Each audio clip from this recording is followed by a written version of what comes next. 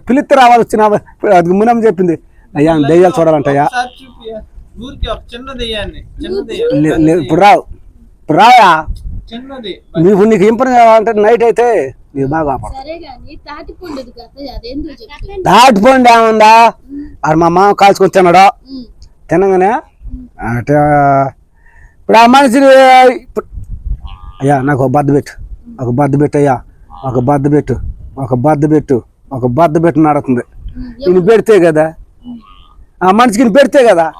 మా మామ పెడితే కదా ఆయన తెలిస్తే కదా పెడతాడా ఇప్పుడు ఆత్మ అనేది అడగతుంటది ఆ ఆత్మ అనేది మన ఆత్మ అనేది అడగతుంటది ఆయన తెలియదు కదా మన బడుకు తెలుసు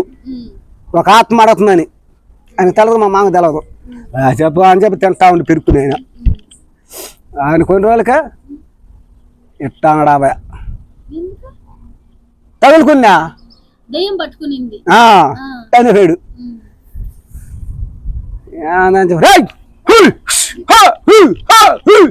అర్థం చెట్టేస్తున్నది అనేది మేము అనుకుంటుంది ఇదిగో పంది పోతా ఇదిగో కుక్క పోతా అని మాకేమపడదు కుక్క ఏదో కుక్క ఏదో కుక్క అనుకుంటుంది లేదా ఏదో కుక్క ఏదా అనుకుంటుంది మేము అనుకుంటుంది పోతా కుక్క అద్దరా అటు పోతున్నది అప్పుడు మా తాత పలకూడు పలకూడు అప్పుడు కూర్చోడు ఇప్పుడు నాకు కూడా ఇది రాక పలకల ఇది లేక ఇంకా మళ్ళీ వేసుకొని చల్లగా చేసుకుంటున్నా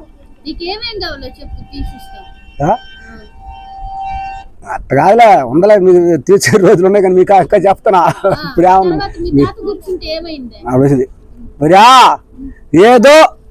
సరిపడి తింటున్నాడు నేను అడిగినాను ఏమో ఒక తప్పు కట్టు బాగా వేస్తా ఇప్పుడు నువ్వు తినే ఆకారంలో ఒక తప్పుకు నాకు అట్టు బాగా వేస్తే నాకు పూర్తి కదా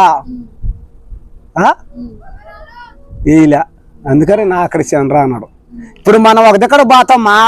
ఒక దగ్గర పోయినప్పుడు ఈ అద్దంలో మనం కూర్చొని అన్నీ అంటున్నాం ఇప్పుడు ఇక్కడ కూర్చుంటున్నాం ఒక పనికి పోతాం నీ సంగతి కూడా చెప్తలే ఒక దగ్గర పోతున్నాం మనం అన్నం కలుపుకుంటున్నాం ఒక ముద్ద అట్ట పీచుకి అటు పక్కన పెట్టు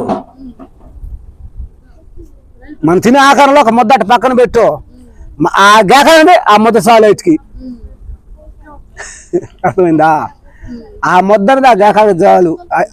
అది జాలు ఎట్టుకి ఇంక మన జోలికి రాదు అప్పుడు మనం తినొచ్చు మన తొలి ముద్దే అటు పక్కన పెట్టాల అయిపోయింది అదా